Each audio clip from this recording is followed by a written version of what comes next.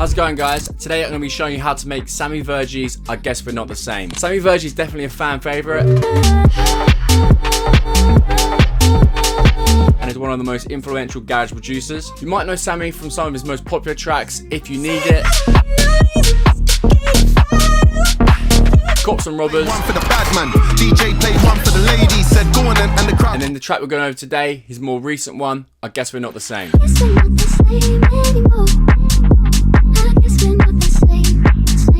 Great, guys, let's get straight into it and I'll show you how it's made. The drums in this track are a lot more tight and I'm going to show you how to make them now.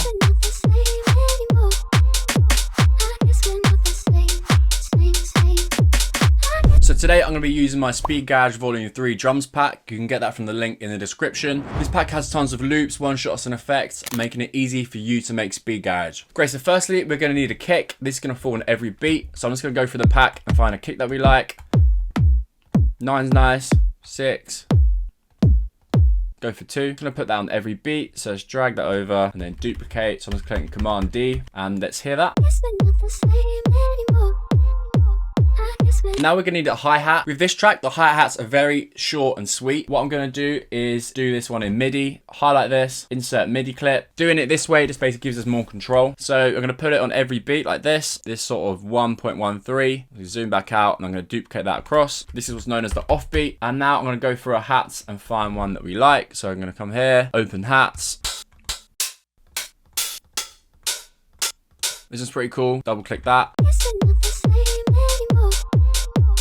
Although it's still too long, we want it nice and short. So we're going to come to control and come to the amplitude envelope and we can sculpt it using this.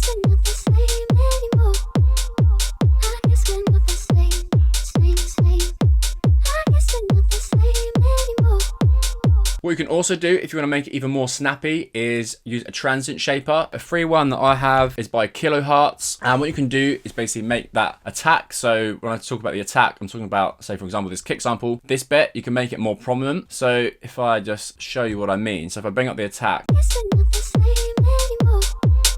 Obviously that's way too much. And I'm sorry if you're wearing headphones, it might have made you deaf. But we can do it more subtly. You can also play around with the pump. So without it, with it, which makes it a lot more snappy, right? Great, you can also then add another hat layer, but in this case, I think that's fine and doesn't really need it. But yeah, if you want to do that, you can just duplicate this and then come through another hat layer. But you'd probably want to get rid of the transients because having 2 hats with really high transients is going to be too sort of loud. So yeah, I'd also delete those if you're going to do that option. Great, what we now need is a snare or a clap. So let's create another auto track and let's go to the claps. We want something quite short and sweet. This one, 12, is very short. So we want that to go on the offbeat, just like the kick. So yeah, I'm just going to highlight that, duplicate that. So it's going to go on every second one. It's going to sound like this.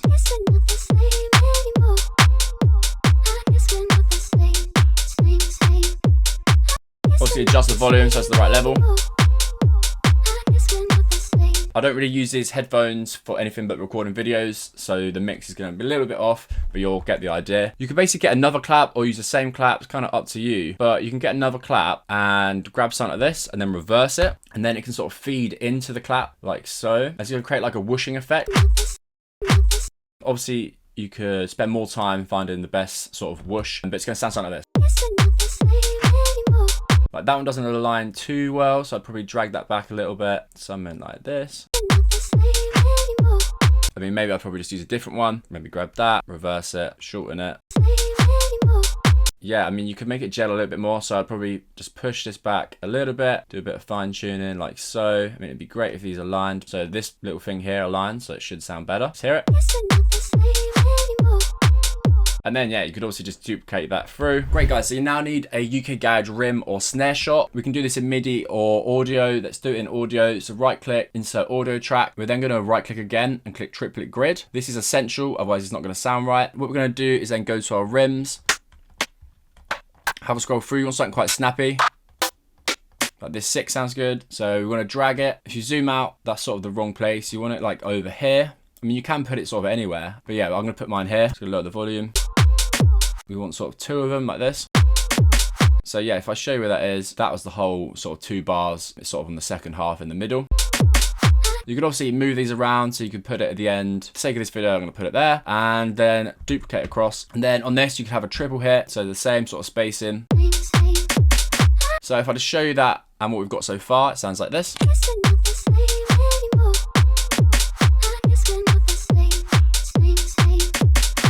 And that is how you make UK Garage drums. In terms of processing, you could maybe add some glue compressor, and then I like this full parallel preset, just drag that in.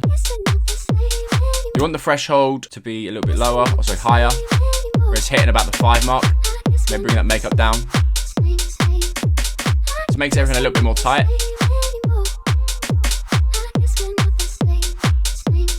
Great, what you could then do is add a room reverb. So I really like this drums room, so this just comes stock with Ableton. And then if you drag it onto the return channel, so click that, then drag it onto here. And then you're gonna control it using this, put the kick out of the group, or you can just do them individually. You kind of want to do it subtle, so that's probably too much. I'll probably just drag it really subtly, so about nice 30. Almost where you can't hear it, but you know it's kind of there. Only if you're listening for it. Great guys, that's how you make UK Garage drums. Let's now have a look at how the bass is made.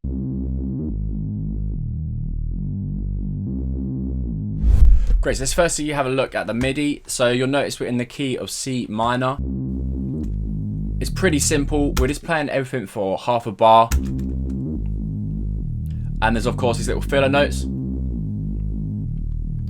The main thing is this sort of up pitch at the end. So we've gone from the G like this, but then we've chopped that up and then put it up an octave, and then we've gone back down to the E flat, and then finished an octave up again on the E. So that creates that sort of up and down speed gauge effect. Great, and now let's have a look at how it's made in Serum. So it is actually a preset for my Speed Gauge Volume 2 Serum preset pack. You can get that from the link in the description. The pack has over 60 presets for making Speed Gauge, like Silver Bumper, Soul Mass Transit System, Interplanetary Criminal, Ketema, basically all the top fan favorites. So yeah, it makes it really easy to just flick through, drag any bass, and it's all gonna sound good. So yeah, definitely check that shit out if you've not got it already. Yeah, I'm now gonna show you how to make it from scratch. Click menu, initiate the preset. We're then gonna go to oscillator A and pitch it down by 2 octaves. Oscillator B, do the exact same thing. We're then going to go to the fine tune, so we can pitch this up to about plus 27, and this one the same. We're going to turn the filter on, and let's go for an MG18. So you could go for a 24, but I think we'll just go for an 18 on this one. And we're then going to make sure A and B are both selected, and the notes mode is also on. We're then going to bring this cutoff right down, and this is what we've got so far. As you can hear, it's struggling with those overlapping notes, so make sure it's in mono. And now let's try and find the right resonance. So what we're doing to really make that respace fat is we're finding the right sort of pitch, and then we're really boosting the resonance at that pitch. So let's bring up the drive and the fat. We can hear it better. Let's hear it with the drums.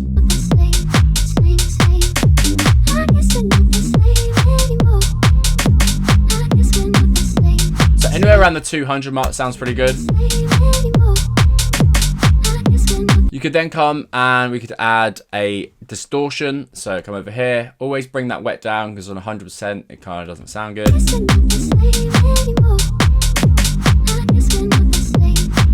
You could also try the different algorithms, so maybe a hard clip.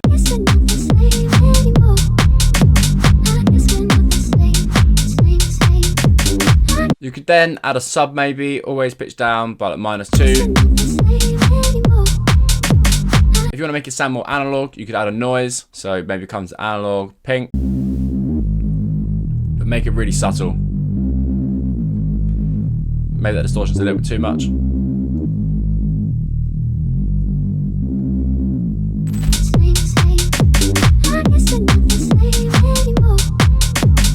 Great guys, thank you very much for watching. I hope you enjoyed that video and I hope you learned something new. Cheers.